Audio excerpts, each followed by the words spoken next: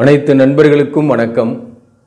உங்கள் ஆஸ்ட்ரோ பழனிசுவாமிகள் பேசுகிறேன். இந்த காணொளியில் மகரம் ராசிக்கு ஏப்ரல் மாதம் எப்படி இருக்கும் என்பதை பற்றி பொது பலனாக பார்க்கலாம்.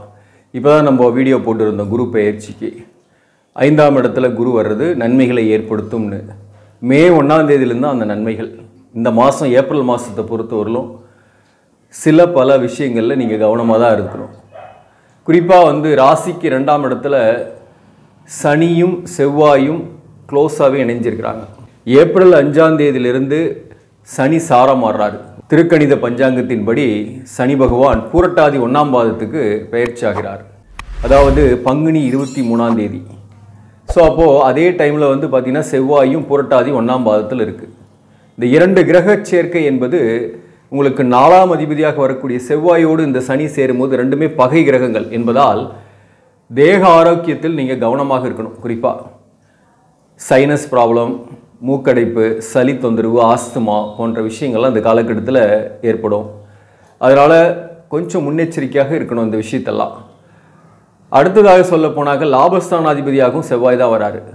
இந்த செவ்வாயும் சனியும் சேர்ந்திருந்தாக 2ஆம் இடத்துல கையிருப்பு கரையும். நீங்கள் ஏதாவது பணம் வச்சுருக்கீங்க கையில் அப்படின்னாக்க எதிர்பாராத ஒரு செலவு வரும். பணமே எங்கிட்ட இல்லை, ஆனால் எதிர்பாராத செலவு வருது. அப்போ கடன் வாங்கக்கூடிய சூழ்நிலை வரும். இப்படியும் வரும். அதாவது லாபங்கள் குறைவாக இருக்கும் ஒன்று, அல்லது பணம் ஆஸ்யூஷுவலாக இப்போ மாத சம்பளத்துக்கு போகிறவங்களுக்கெல்லாம் மாத சம்பளம் ஆஸ்யூஷுவலாக வந்துட்டு தான் இருக்கும். எவ்வளோ பணம் வருதோ அதே பணம் வந்துட்டு தான் இருக்கும். செலவுகள் அதிகமாக இருக்கும், விரயங்கள் அதிகமாக இருக்கும், எக்ஸ்பெக்டேஷன் அதிகமாக இருக்கும்.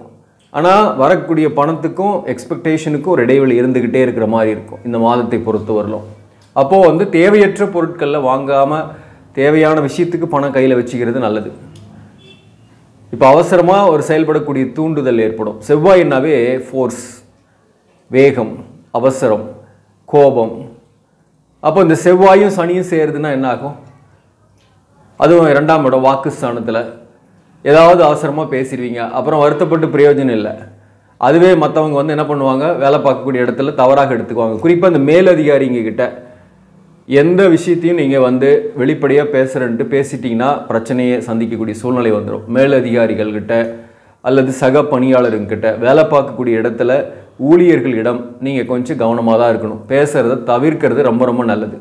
அதாவது இந்த குடும்பஸ்தானத்தில் இந்த செவ்வாயும் சனியும் சேரும்போது குடும்பத்தில் கூட வாக்குவாதங்களை தவிர்க்கணும். கணவன் மனைவிக்குள் கூட பிரியாமல் இருக்கீங்கன்னா கூட நீங்கள் ஏதாவது ஒன்று சொல்ல போய் அதை தவறாக புரிஞ்சுக்குவாங்க. அப்புறம் வருத்தப்பட்டாலையும் பிரயோஜனம் இல்லை. அந்த மாதிரி தான் இருக்கும். இந்த நேரத்தில் வேலை விஷயத்தில் நாம் ஏதாவது சொல்ல போய் அது உங்களுக்கு ஒர்க் ப்ரெஷராகவோ அல்லது வேலையில் பிரச்சனைகளையோ உங்களுக்கு ஏற்படுத்திடும். இருக்கிற வேலையை இப்போ காப்பாற்றிக்கிறது நல்லது. இப்போது இடமாற்றங்களை தவிர்க்கிறது நல்லது. இந்த ஒரு மாதத்துக்கு போஸ்ட்போன் பண்ணுங்கள். வேலையில் கொஞ்சம் நெருக்கடி இருக்குது, பிரச்சனை இருக்குது அப்படின்னா கூட இந்த காலகட்டத்தை பொறுத்தவரையிலும் கொஞ்சம் பொறுமையாக இருங்க. யாருக்கிட்டையும் வாக்குவாதம் செய்யாமல் சைலண்ட்டாக இருங்க. இந்த மாதத்தோட இறுதியிலிருந்து ஓரளவுக்கு கொஞ்சம் பெனிஃபிட்டாக இருக்கும். அப்போ நீங்கள் புதிதாக வாய்ப்புகளை தேடலாம். உங்களுக்கு மே மாதத்துக்கு மேலே புதிய வாய்ப்புகள்லாம் கிடைக்கும். இப்போது வேலை இல்லாமல் இருக்கிறீங்கன்னா கூட இந்த மாதத்தை பொறுத்தவரை அலைச்சல்கள் பயணங்களாகவே இருக்கும். புதிய வாய்ப்பு கிடைக்கிறதுல இழுபறியாக இருக்கும், தவிர்க்கக்கூடிய சூழ்நிலை இருக்கும்.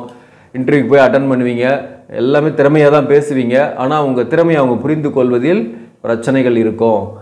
இந்த 2ஆம் இடத்துல வாக்குஸ்தானத்தில் சனியும் செவ்வாயும் சேரும்போது வார்த்தைகளில் கவனம், கையிருப்பு கரையும், கடன் வாங்கக்கூடிய சூழ்நிலை. வார்த்தைகளாலே சில பேருக்கெல்லாம் பார்த்தீங்கன்னாக்க வம்பு வழக்குகள்லாம் கூட வரக்கூடிய வாய்ப்பு உண்டு. ஏதாவது ஒரு பிரச்சனையில் போய் அதை இழுத்து விடும். அதனால் கொஞ்சம் கவனமாக இருக்கணும். இந்த நேரத்தில் சொத்து பிரச்சனை இருக்குது, அல்லது கணவன் மனைவிக்குள் பிரச்சனை இருக்குது, அதனால் டிவோர்ஸ் போடலாமா அப்படின்னா அதெல்லாம் தவிர்த்துறது நல்லது. ஒரு மாதம் போஸ்ட்போன் பண்ணுங்கள், ஒன்றும் பிரச்சனை கிடையாது. இப்போ வழக்கு அல்லது கோர்ட்டு கேஸு அல்லது போலீஸ் ஸ்டேஷன் அப்படின்னு போயிட்டு இருந்தீங்கன்னா அதே அலைஞ்சிட்டே இருக்க வேண்டியதாக இருக்கும். ஒரு டென்ஷன் ஆகிட்டே இருப்பீங்க, உடம்பு பாதிச்சிடும். அதனால் இந்த விஷயத்தை இப்போதைக்கு தவிர்க்க. இந்த மாதத்தை பொறுத்தவரையிலும் மௌனம் காப்பதே சிறப்பான விஷயம். அடுத்தது சொல்ல போனாக்க காத்திருக்கும் காலம். இந்த மாதத்தை பொறுத்தவரையிலும் சிம்பிளாக சொல்லணுன்னாக்க காத்திருக்கும் காலம். 2ஆம் இடத்துல சனி பகவான் இருந்து செவ்வாயோடு சேர்றதுனால தான் இந்த பிரச்சனைகள்லாம். செவ்வாய் விலகிட்டாக ஒரு 45 நாளில் அடுத்த இடத்துக்கு போயிடுறார், 3ஆம் இடத்துக்கு. அப்போ உங்கள் பிரச்சனை சால்வ் ஆகிடும். குருவும் 5ஆம் இடத்துக்கு போயிடுறாரு. அதனால் முயற்சிகள்லாம் வெற்றி அடையும். இந்த ஒரு மாதம் உங்களுக்கு வெயிட்டிங் பீரியடு. இந்த 3ஆம் பாவகத்தில் சூரியன் இருக்கிறார். அட்டமாதிபதியாக வரக்கூடிய சூரியன் 3ஆம் இடத்துல இருக்கலாம். ஒரு மறைவு ஸ்தானாதிபதி இன்னொரு மறைவு ஸ்தானத்தில் இருக்கிறது ஒரு நல்ல விஷயம்தான். புதனும் அங்கே இருக்கிறார். 6 குடியவன் 9 குடியவன் புதன் வக்கரமாகி ஏறத்தாழ ஏப்ரல் 25ஆம் தேதி வரலும் புதன் இருக்கிறாரு. ராகு இருக்குது. சுக்கிரன் உச்சமாகி அங்கே நிற்கிது. ஸோ இதெல்லாம் ஒரு பாசிட்டிவ் தான். புதன் வக்கரமாகிறது நல்லதான். நீசமான இடத்துல வக்கரமாகும் போது நீச பங்கமாகிறாரு. அதனால் உங்களுக்கு வந்து பார்த்தீங்கன்னாக்க கடனுடைய அழுத்தங்கள் இருந்தாலும் புதிய கடனை வாங்கி சமாளிப்பீங்க. சில பேர் பிஸ்னஸ் பண்ணக்கூடியவர்களுக்கு கூட பார்த்தீங்கன்னாக்க ஒரு ஃபண்டு வேணும், பணம் வரணும், அது லோன் அப்ளை பண்ணியிருக்கீங்க, ஏதோ ஒரு வகையில் பணம் வரணும் அப்படின்னாக்க அந்த பணம் கைக்கு வரும். நிறைய முயற்சிகள் செய்வீங்க. சில முயற்சிகள்லாம் தடங்களாகவும் தடைகளாகவும் இழுபறியாகவும் இருக்கும். இளைய சகோதர சகோதரிகள் வகையில் சில மனக்கசப்புகளும் வந்து போகும். அட்டமாதிபதியாக வரக்கூடியவர் 3ஆம் இடத்தில் இருக்கிறார். அதாவது சூரியன் ராகு சேர்க்கையும் ஏற்படுது. கிரகணங்கள்லாம் கூட வரும். அதே போல் பார்த்தீங்கன்னாக்க சூரியன் புதன், சூரியன் சுக்கிரன். சூரியன் ஏப்ரல் 14ஆம் தேதி உங்கள் ராசிக்கு 4ஆம் இடத்துக்கு வந்துடுறாரு. 4ஆம் இடத்துல குரு பகவான். குரு 4ஆம் பாவகத்தில் இருக்கிறதே கூட கேந்திரங்கள் இருக்கிறது உடல்நலத்தை பாதிக்கும். வண்டி வாகனங்களில் செலவுகளை வச்சுட்டு இருக்கோம். ஆனால் என்னதான் கஷ்டமாக இருந்தாலையும் சில கடினமான சூழ்நிலையிலும் தொழிலை விடாமல் உங்களை காப்பாற்றிட்டு இருக்குது இந்த 4ஆம் பாவகத்தில் இருக்கக்கூடிய குரு. அந்த இடத்துல சூரியனும் வர்றது உங்களுக்கு வந்து குறிப்பாக வாழ்க்கை துணைவருடைய உறவு வகையில் கொஞ்சம் கவனம் செலுத்திங்க.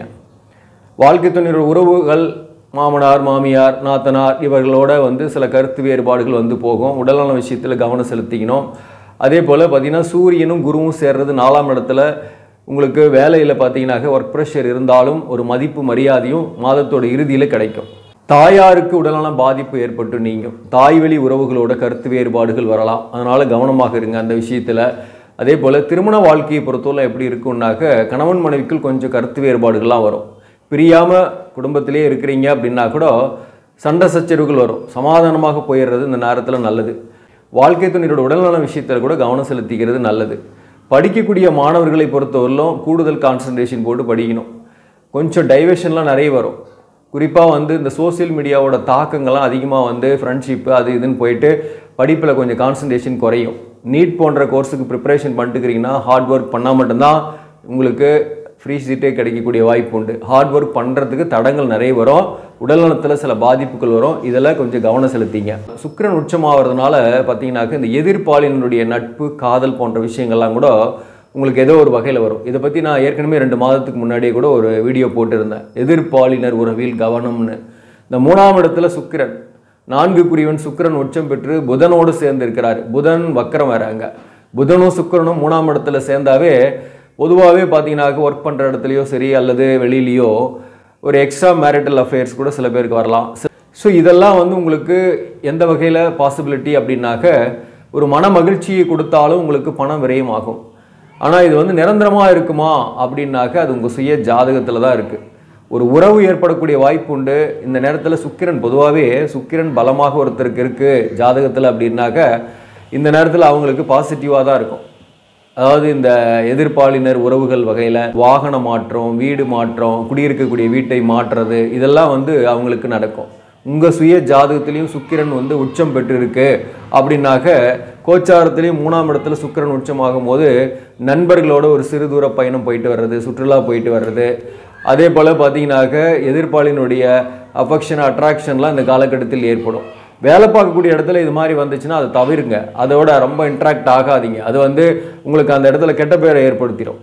அது ரொம்ப ரொம்ப முக்கியமான விஷயம். அது சூரியன் ராகுவோடு சேர்ந்து கிரகண தோஷம் அடையக்கூடிய காலகட்டமாக இருக்கிறதுனால எதிர்பாராத செலவுகள், கடன், வண்டி வாகனங்களில் போகும்போது ரொம்ப கவனமாக இருக்கணும். இந்த சிறு தூர பயணங்கள் செய்து டெய்லி வண்டியிலேயே அலையக்கூடியவர்கள்லாம் கொஞ்சம் கவனமாக இருக்கணும். சீட் பெல்ட் போட்டுக்கணும். காரில் போனீங்கன்னாக்க, 2 வீலரில் போனீங்கன்னாக்க தலைக்கவசம் கம்பல்சரி அணிஞ்சிக்கணும். அது ரொம்ப ரொம்ப முக்கியமானது. அதே போல் பார்த்தீங்கன்னாக்க தந்தைக்கு உடல்நல பாதிப்பு ஏற்பட்டு நீங்கக்கூடிய வாய்ப்பும் இந்த காலகட்டத்தில் உண்டு. அல்லது தந்தையின் உறவுகளோட மனக்கசப்புகள் வரக்கூடிய வாய்ப்பும் உண்டு. இப்போ சொத்து வாங்குறது, வீடு வாங்குறது இதெல்லாம் தவிர்க்கணும். வீடு மாற்றம் கூட மாதத்தோட இறுதியில் செய்யலாமோ தவிர வாடகை வீடு மாற்றுறீங்கன்னாக்க ஆனால் வந்து முன்பகுதியில் எதுவுமே செய்ய வேண்டாம். இந்த சொத்துக்கள் சம்பந்தமான முடிவுகள் எதுவும் எடுக்க வேணாம். அண்டை அயலார்களோடு கூட கவனமாக இருக்கணும். அண்டை அயலார்களோட சில பேருக்கு சில பிரச்சனைகள் வரக்கூடிய வாய்ப்பு உண்டு. புதியவர்களை நம்பி ஒரு 3வது நபர் உங்களுக்கு அறிமுகமாகக்கூடிய வாய்ப்பும் இந்த காலகட்டத்தில் உண்டு. அந்த புதியவர்களை நம்பி நீங்கள் எந்த காரியத்திலும் ஈடுபடாமல் இருக்கிறது இந்த மாதத்தை பொறுத்தவரை நல்லது. சில பேர் வந்து பார்த்தீங்கன்னா புதியவர்கள் உங்கள்கிட்ட ரொம்ப க்ளோஸாக பழகிடுவாங்க. நல்ல நண்பர்களாக கூட ஆகிடுவாங்க. ரீசெண்டாக தான் பழகியிருப்பாங்க. 2 பேரும் சேர்ந்து ஒரு பிஸ்னஸ் பண்ணலாம் அல்லது ஏதோ ஒரு காரியத்தில் ஈடுபடலாம்னாக்க அதை இந்த மாதம் பொறுத்தவரை போஸ்ட்போன் பண்ணி வைங்க. இன்னும் கொஞ்ச நாள் பழகி அவர் புரிந்து கொண்டு அப்புறம் செயல்படுங்க. இந்த மாதத்தை பொறுத்தவரையிலும் நீங்கள் கவனமாக இருக்க வேண்டிய விஷயங்கள் நான் சொல்லியிருக்கிறேன். இந்த மாதத்தை பொறுத்தவரையிலும் பாசிபிலிட்டி அப்படின்னாக்க பணம் ஏதோ ஒரு வகையில் வரும், கடன் வாங்கியாவது பணம் வரும். ஆனால் கடனுடைய அழுத்தமும் கொஞ்சம் இருக்கும் இந்த மாதத்தை பொறுத்தவரையிலும். அடுத்தது சொல்ல போனாக்க நிறைய முயற்சிகள் செய்வீங்க. சில பேருக்கு எதிர்ப்பாளினுடைய சப்போர்ட்டால் கொஞ்சம் மனமகிழ்ச்சிகள் ஏற்படும். இதெல்லாம் பாசிட்டிவ் தான். புதன் வக்கரமாய் இருக்கிறதுனால நல்ல சாதுரியமான புத்தியால் இந்த நேரத்தில் சமாளிப்பீங்க. எவ்வளோதான் பிரச்சனை வந்தாலையும் சாதுரியமான புத்தியால் சமாளிப்பீங்க. 4ஆம் இடத்தில் இருக்கக்கூடிய குரு உங்களுக்கு தொழிலில் எவ்வளோதான் ஒர்க் ப்ரெஷர் இருந்தாலையும் அந்த வேலை போகாமல் காப்பாற்றுவார். அது ஒரு பாசிட்டிவ் இருக்குது. ஸோ மொத்தத்தில் பார்த்தீங்கன்னாக்க நெகட்டிவ் என்னன்னு நம்ம தெரிஞ்சுக்கிட்டோம், பாசிட்டிவ் என்னன்னு தெரிஞ்சுக்கணும். அதுக்கு தகுந்த மாதிரி இது ஒரு கைடன்ஸாக வச்சுக்கிட்டு நீங்கள் ஃபாலோ பண்ணுங்கள். இந்த மாதத்தை பொறுத்தவரையில் நீங்கள் வழிபட வேண்டிய தெய்வம் எதுனாக்க சூரிய நமஸ்காரம் செஞ்சுட்டு வாங்க டெய்லி. ஆதித்ய ஹிருதயம் படிச்சுட்டு வாங்க அல்லது ஸ்லோகத்தை கேட்டுட்டு வாங்க டெய்லி. அதே போல் உங்களுக்கு டைம் இருக்குது அப்படின்னா பழனி முருகனுக்கு கூட போய் ஒரு முறை தரிசிச்சுட்டு வாங்க. சஷ்டி திதியும் செவ்வாய்க்கிழமையும் வர்ற நாட்களில் போனாக்க நீங்கள் நினைக்கிறது வேண்டது நடக்கும். அப்படி உங்களால் முடியல அப்படின்னாக்க பூசம் நட்சத்திரம், விசாக நட்சத்திரம் அல்லது உத்திரம் நட்சத்திரங்களில் கிருத்திகை நட்சத்திரங்கள் நாட்களில் நீங்கள் பழனி முருகனை போய் தரிசிச்சுட்டு வாங்க, நன்மைகள் நடக்கும். செவ்வாய்க்கிழமையாக இருக்கிறது ரொம்ப ரொம்ப சிறப்புன்னு வச்சிங்களேன். பழனி முருகன் கோயிலுக்கு போகிறதா இருந்தாங்க. அப்படி எங்களால் போக முடியல, வெளிநாட்டில் இருக்கிறீங்கன்னா வீட்டிலேயே முருகப்பெருமானை வணங்கிட்டு கந்த சஷ்டி கவசம் படிச்சுட்டு வாங்க, நன்மைகள் நடக்கும். ஆக நண்பர்களே, இந்த பதிவு உங்களுக்கு பிடிச்சிருந்தாக லைக் பண்ணுங்கள், இதை மற்றவர்களுக்கும் ஷேர் பண்ணுங்கள். இன்னும் நம்ம சேனலை சப்ஸ்கிரைப் பண்ணாமல் பார்க்குறவங்க சப்ஸ்கிரைப் பண்ணி கண்டினியூ பண்ணுங்கள். இதன் மூலம் உங்களுக்கு ஒரு சரியான ஜோதிட தகவல்களும் ஆன்மீக தகவல்களும் கிடைக்கும். நன்றி, வணக்கம்.